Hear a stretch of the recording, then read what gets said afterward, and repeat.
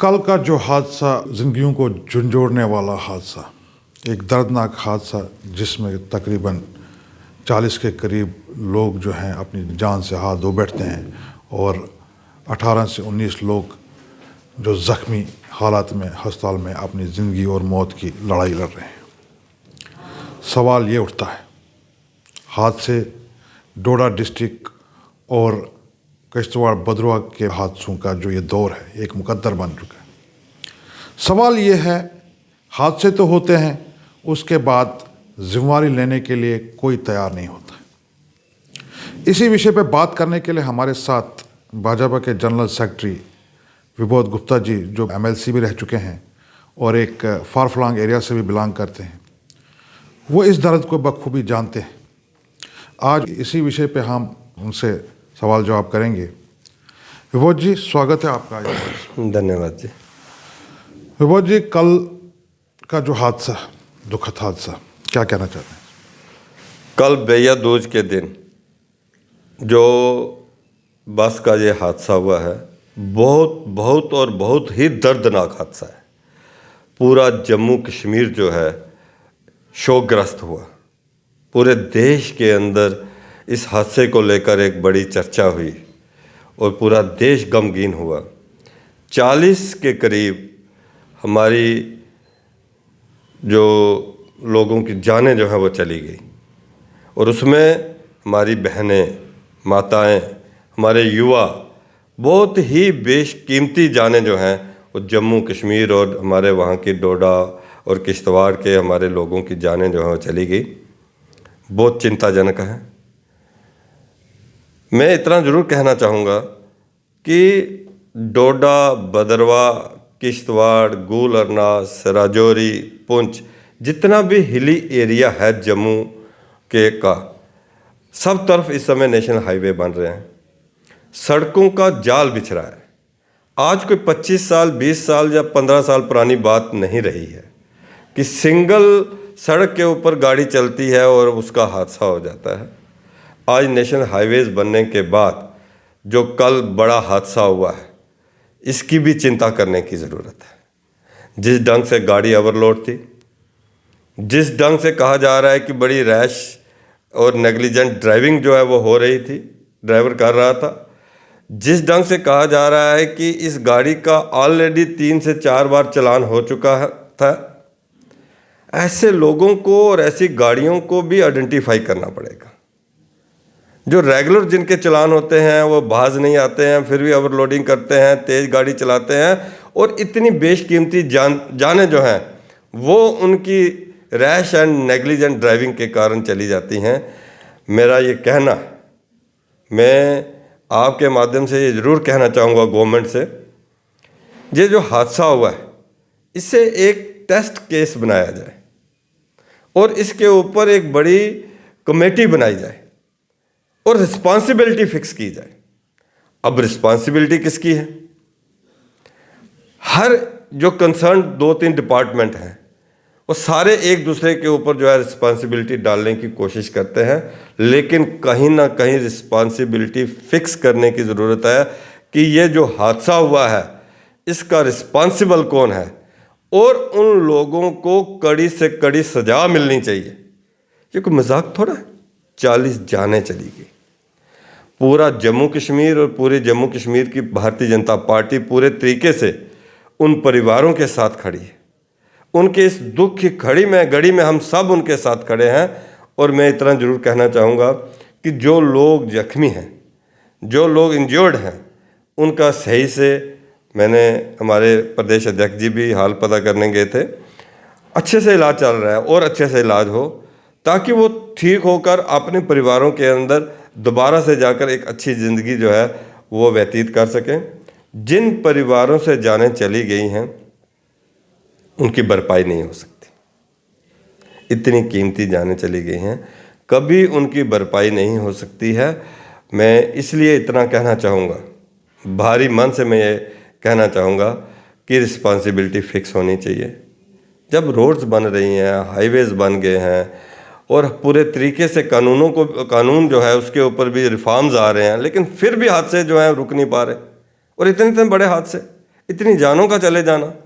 इसलिए responsibility fix होनी चाहिए, इसके ऊपर एक कमेटी बननी चाहिए और उन लोगों को कड़ी से कड़ी सजा मिलनी चाहिए। मैं इतना ही।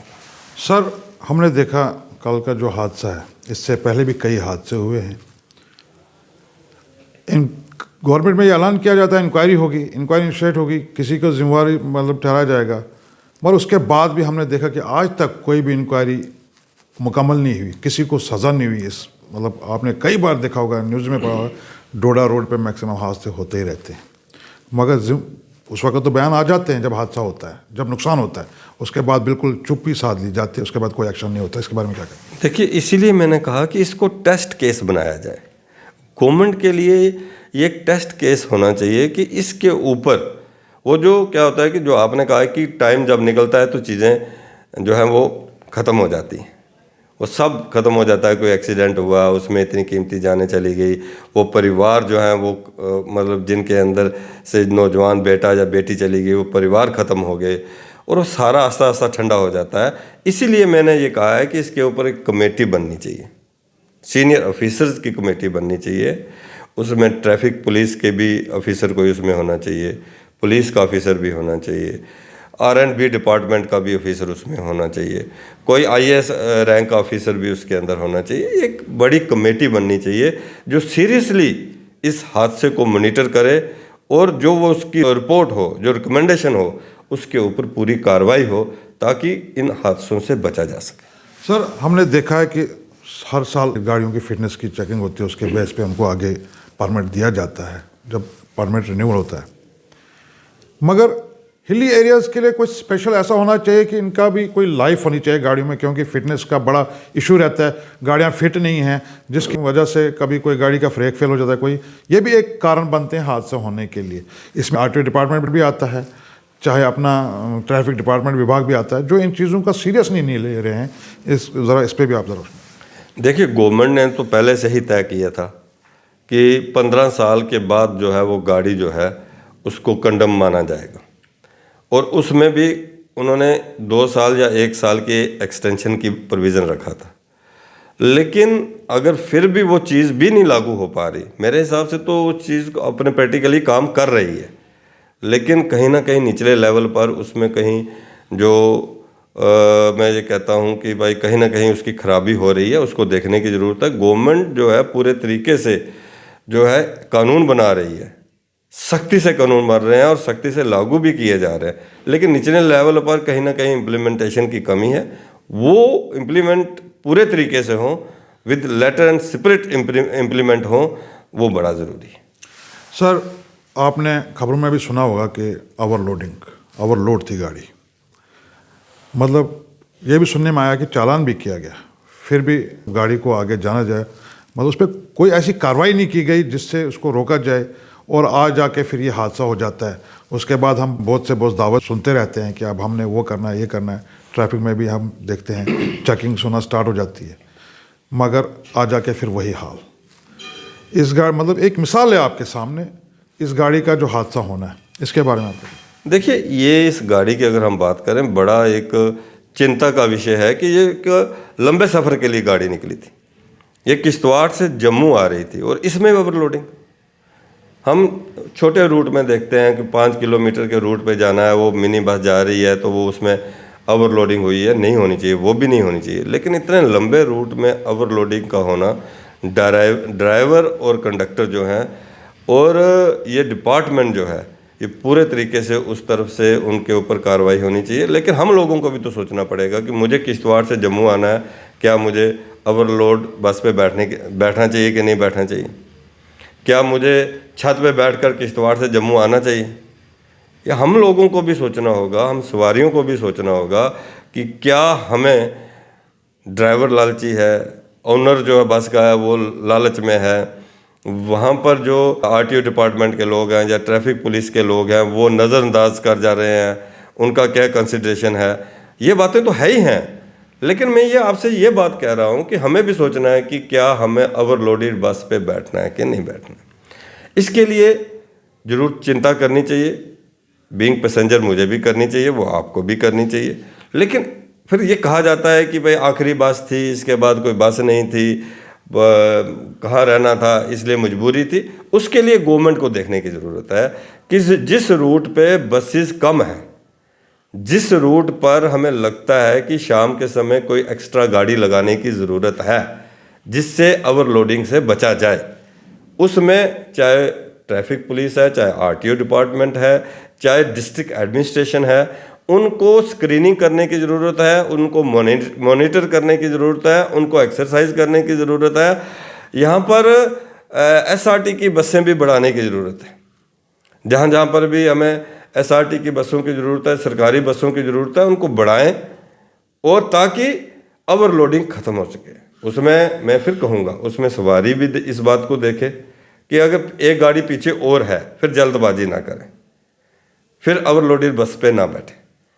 और जिस रूट पे कम बसें चल रही हैं, वहाँ पर पैसेंजर ज़्यादा है, हमें गवर्नमेंट जो है उसमें हर डिस्ट्रिक्ट में एक कमेटी बनाए, हर रूट को जो है वो मॉनिटर करे, कहाँ और बसों की ज़रूरत है, कहाँ मिनी बस की ज़रूरत है, कहाँ टेम्पो की ज़रूरत है, कहाँ बड़ी बस की ज़रूरत है, वहाँ और गाड़ियाँ लगाई जाएँ ताकि ओवरलोडिंग ना हो। सर, मैक्सिमम ये ब्लेम लगाया जाता है रोड्स जो हैं डोडा के, खासकर मैं डोडा की बात करूंगा इस टाइम। अब मैं ये सवाल करना चाहता हूँ, वहाँ डोडा डिस्ट्रिक्ट, किश्तवाड़ है, इंद्रवाल है, भदरवा है, वहाँ से कम 4 एमएलएज चुन के आते हैं सरकार में और अच्छी पोजीशन पे भी रहे। मैं सिर्फ किसी पार्टी को ब्लेम नहीं कर रहा हूँ, उसमें कांग्रेस के भी है, एनसी के भी है, भाजपा का भी है। मगर जब वो सरकार चुन के आते हैं, एमएलए चुन के आते हैं, क्या वो उस रोड पे चलना भूल जाते हैं? वो आज तक किसी भी नेता ने उस रोड का ध्यान ना किया। आप तो मानते हैं हम काम चल रहा है, 1-2 साल से काम चल रहा है, हम इस बात पे इनकार भी नहीं कर सकते। मगर जो रोड के हालात आज से 40 साल पहले रोड के हालात थे, अभी तक तो वही है। काम तो अब स्टार्ट हुआ ना, अभी तक तो वही है। क्या एक जिम्मेवारी इन नेताओं पे भी नहीं है? देखिए, मैं जहाँ तक आपको कहूँ कि जितनी मैंने पहले ये बात बोली, जितनी तेज़ी के साथ रोड इंफ्रास्ट्रक्चर पूरे जम्मू कश्मीर के अंदर, और उसमें चाहे किश्तवाड़ है, डोडा है, भदरवा है, गूल अरनास है, हर तरफ चारों तरफ जो है नेशनल हाईवेज़ बन रही हैं, टनल्स बन रही हैं, लेकिन अब इनका काम कंप्लीट होने में थोड़ा समय लगेगा। मुझे लगता है कि आने वाले 2-3 साल के अंदर हर तरफ, हर पहाड़ी इलाके के अंदर नेशनल हाईवेज़ बन जाएंगी और उससे भी हादसों में फर्क आएगा। नहीं, हमारा सवाल आप मैं समझ रहा हूँ, मैं आपके जो नेता है उनका भी तो फर्क बचाओ कि लेजिस्लेटर्स की बात की, लेजिस्लेटर हैं या नेता हैं, बखूबी अपना काम करते हैं। और एक क्या है कि अब चूंकि पहले जो दिल्ली के अंदर कांग्रेस की गवर्नमेंट 10 साल रही, उन्होंने जम्मू कश्मीर के इंफ्रास्ट्रक्चर के ऊपर ध्यान नहीं दिया, तो नेता लोग चाहकर भी काम नहीं कर पाए। आज जब हमारे दिल्ली गवर्नमेंट पूरे तरीके से जम्मू कश्मीर को हर तरीके से जो है वो एक देख रही है, और उसमें रोड इंफ्रास्ट्रक्चर जो है डेवलपमेंट में अव्वल नंबर पे है, और उसमें इस समय जो भी हमारे भारतीय जनता पार्टी के उस एरिया के नेता हैं, उन्होंने जो भी रोड जो है वो पाइपलाइन में डाली हैं, वो सारी की सारी सैंक्शन हुई हैं और काम चल रहा है। नहीं, भारतीय जनता पार्टी के तो हम मानते हैं कि कुछ साल से मैं आप बाकी बोल रहा हूँ, आपकी बात समझ गया ना। मैं कह रहा हूँ जब जिम्मेवारी तो बनती है उनकी। मैं पहले आपसे यही बात कह रहा हूँ कि जब दिल्ली गवर्नमेंट ने कभी ध्यान ही नहीं दिया, आजाद साहब भी थे, साल में एक रोड अगर किसी एक विधानसभा में बनेगी तो कब रोड्स कंप्लीट होंगी। और दूसरी बात, आपकी इस बात से मैं जरूर मुतफिक हूँ कि अगर मैं एमएलए हूँ, मैंने पॉलिटिकल अपने वोट बैंक के लिए एक रोड शुरू कर दी, उसका डीपीआर 4 करोड़ का बन गया, ठीक है, उसमें मैंने 20 लाख रुपया गवर्नमेंट से दिलवा दिया, और मैं एमएलए नहीं रहा। अब वो 20 लाख में जितना काम हुआ है उसके आगे वो रोड बनी रही। ये ठीक है कि हम कहीं ना कहीं हमें भी हम जो नेता लोग हैं, हमें भी ध्यान रखने की ज़रूरत है कि अगर हम एक रोड शुरू करते हैं तो उसको कंप्लीट करवाने की ज़रूरत है। हमें अपने लोगों को वोटर समझकर और उनको एक उद्घाटन करके उस रोड को आधे में कभी छोड़ने की ज़रूरत नहीं है, लेकिन वो समय ख़त्म हो गया, मैं आपको बोल रहा हूँ, क्योंकि इतना ज़्यादा रोड इंफ्रास्ट्रक्चर जो है वो खड़ा हो रहा है। यहाँ हमारी गवर्नमेंट ने लैंग्वेजिंग स्कीम भी शुरू की, जिसके तहत जो अनकम्प्लीटेड रोड्स थी पिछले 25-30 साल से, उनको भी कंप्लीट किया गया, ब्रिजेस उसके अंदर सारे बने हैं। मेरा ये मानना है रोड सारी कंप्लीट हो जाएंगी, लेकिन जो जानें आज चली गई 40 वो वापस नहीं आएंगी। मैं आपके माध्यम से उन सब परिवारों के साथ हम खड़े हैं, शोकगुल परिवारों के साथ हम खड़े हैं जिन्होंने अपना बेटा, अपनी बेटी, अपना पिता, अपनी माँ, अपनी बहन, अपना भाई खोया है। हम पूरे तरीके से के साथ उनके साथ खड़े हैं। उनके गए हुए उनके घर के जो मेंबर की भरपाई कभी पूरी नहीं होगी। सर, लास्ट पे एक सवाल भी रहेगा। आप जनरल सेक्रेटरी हैं भाजपा के, सेंटर में गवर्नमेंट आपकी है, गवर्नमेंट से क्या अपील रहेगी और जो कार्रवाई इस एक्सीडेंट के बाद किस तरीके की कार्रवाई होनी चाहिए जो आने वाले वक्त में कोई ऐसा खुदा न खास्ता कोई हादसा ना हो, उसके लिए आपकी क्या सजेशन रहेगी? मैंने तो आपको यही कहा है कि पहले से ये बात कही है कि इस केस को जो एक्सीडेंट हुआ है, जो इतनी कीमती जानें गई हैं, जिससे कि पूरा जम्मू कश्मीर हिला है, हर घर में उस दिन रात को खाना नहीं खाया गया, किसी ने दिल से खाना नहीं खाया है। इस हादसे को एक टेस्ट केस बनाते हुए हमारी जम्मू कश्मीर गवर्नमेंट जो है इसके अंदर एक कमेटी बनाए, सब कंसर्न डिपार्टमेंट जो लाइबिलिटी एक दूसरे के ऊपर डालते हैं उनके ऑफिसर, एक एक ऑफिसर को उस कमेटी में रखा जाए और इसको पूरा माइन्यूटली जो है वो कमेटी जो है इस हादसे को लेकर एक रिपोर्ट जो है वो सबमिट करे।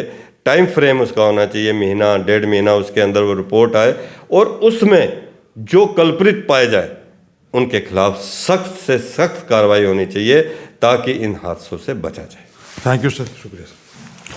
ये थे भाजपा के जनरल सेक्रेटरी जिनका ये कहना है कि जो अब ये हादसा हुआ, आगे खुदा न खास्ता ये हादसा ना हो, इसके लिए गवर्नमेंट को चाहिए कि एक कमेटी तश्कील दी जाए जिसका ये काम हो, मुकर्रर वक्त पे वो कमेटी अपनी रिपोर्ट्स पेश करे और जो इसमें कसूरवार पाए जाए उनके खिलाफ सख्त से सख्त कार्रवाई करके ये मैसेज दिया जाए कि अब जो हादसा जो हुआ था ये लास्ट हादसा था, इसके बाद कोई भी हादसा हम होने नहीं देंगे और इस पे हम पूरा कंट्रोल करेंगे। जो भी जिम्मेवार होगा उसके खिलाफ सख्त से सख्त कार्रवाई और उनको सज़ा दी जाए।